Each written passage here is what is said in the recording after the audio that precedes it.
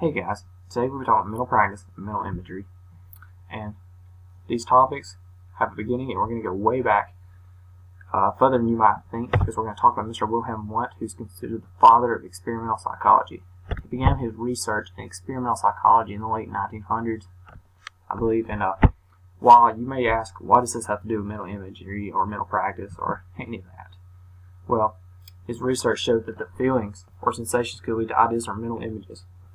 So we have Mr. Wilhelm Wundt to thank for maybe his research on experimental psychology has progressed the research and the ideas we have now today about the mental imagery and mental practice field.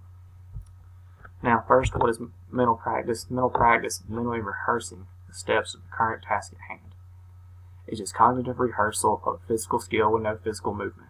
There's nothing moving at all, you're just simply thinking about it. It's pretty simple actually. Next, mental imagery is creating a mental image of the task steps plus the associated feelings. You have exactly what you're thinking, and Jack Nicklaus basically described this the best, one of the best golfers around, and he said, before every shot I go to the movies inside my head. And as we know, one of the best golfers ever, won plenty of majors. What he's saying here is every time he took a shot on the golf course, he pictured it, he felt like if it was good, that's what he went with. If not, he might have changed it up a little bit. He saw what he wanted to do before he actually went through with the shot that he was looking for. And you could argue this was what made him so great, is that he could see the shot before it ever even happened. And he's not the only athlete to be associated with mental imagery or mental practice. You have several. Manny Pacquiao's known for it today. Lionel Messi in soccer. Maybe the biggest name in sports, arguably, definitely the biggest name in basketball, Michael Jordan. Talked about how being mentally prepared and mentally imagining what he wanted to do was one of the bigger part of his games. He mentally imagined he could do something. He saw it in his head. He believed he could do it. He believed he was good enough to do it. And that's arguably what made him one of the best to ever play to lace up a pair of basketball sneakers. Now, since we're talking about Jack Nicklaus, we'll stay with the theme, because today I've conducted a research on mental imagery and mental practice through the golf world. And I have a picture of a golf club here. I want you to remember this because we will come back to it in just a second. Alright, I told you to stick with the theme of golf, and as you can see here, I have my two friends, Callie, who is prepared right here, and Dustin, who's sitting in the back waiting for his opportunity. They have agreed to help me with my experiment, and they're both a little different skill. Dustin's played a little bit before, and Callie has recently started to play because of Dustin getting her involved into the game. Now, we're going to be talking mainly today about heeling the ball and thinning the ball. And heeling the ball is when you, a lot of people confuse it with topping the ball, because they'll hit it and it'll roll. It might roll a pretty good distance, but instead they believe they top the ball because they swung too high and they're not used to it. And while many beginners will top the ball, the main issue with heeling the ball, or what it actually is, when you see here the shaft of the club comes down to the club head. Well, I'll show you in a minute a more close-up picture of this, but you're actually hitting it with where the part of the shaft of the club head meets. That involves heeling the ball. Now, thinning, it also can be referred to as blading the ball. It's when you just swing a little high. You don't necessarily top the ball and bounce it, because when you top the ball, you'll be able to tell because it's going to give a ton of front spin on it. But blading, and you might get away with a blade every now and then, and it looks nice, and it might go far, but a lot of times, especially with your high iron, such as your 7, 8, or 9 iron, you're going to want a lot of air under it to maybe drop it on the green without much roll, much movement, so you can stick it close to the hole. And when you blade it, you don't necessarily get as much air, you just hit it straight. Sometimes you can intentionally blade it, but that's for more advanced golfers. Today we're going to show you a little bit as you watch. Fast forward it here. We got some little delay there. Alright. You see Callie swings. And you see she heeled it. Necessarily didn't get the best backswing, but she definitely heeled the ball. And now Dustin comes up, and you can tell he's played a little bit before, but he also has the issue maybe with heeling the ball or thinning the ball a little bit, just a little, as you can see. And it's obviously prevalent that he understands golf a little bit, you can tell he bladed it just a little bit by how low the ball was off the ground. And alright, back to the club. As we talked about, we're looking at thinning and healing the ball today, and that's what my experiment conducted on. I allowed them to take 10 shots beforehand, which is what you just saw. That was just a few shots, and I considered it an error if they thinned it, healed it, or anything, so maybe even top the ball, but mainly look for thinning or healing, and gave them a solid strike if they hit it with the sweet spot, even if they drew it or they put a little draw on or a fade on it, even if it was intentional or unintentional.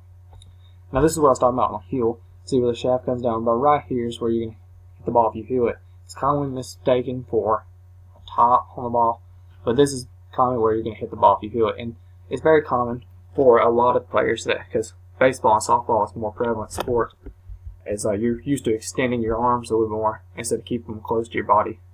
And as you can see, if you extend the ball, because this is the sweet spot, you're going to extend it out and you will hit it with the heel. Now, blading is something that you just have to work on, or thinning the ball, as I said, is very common when you swing. Your muscles might not be used to the downward movement, because a lot of times, like I said, with your high irons, the 7 through 9 irons, maybe even your pitching wedge, you want to hit down the ball, and that takes a lot of get used to, and sometimes you don't stand correctly, or like I said, your muscles aren't used to it, and you'll blade the ball. And like I said, you want to hit the ball about in this general area for your sweet spot, but instead of blading, sometimes you'll hit about in the middle of the ball, about right here, and like I said, that's going to produce a line drive. You won't be able to control it like you want to. Alright, so before we began our after trial, I showed them a little drill and told them to work on it before they began their after trial and see how much they had improved in a short time.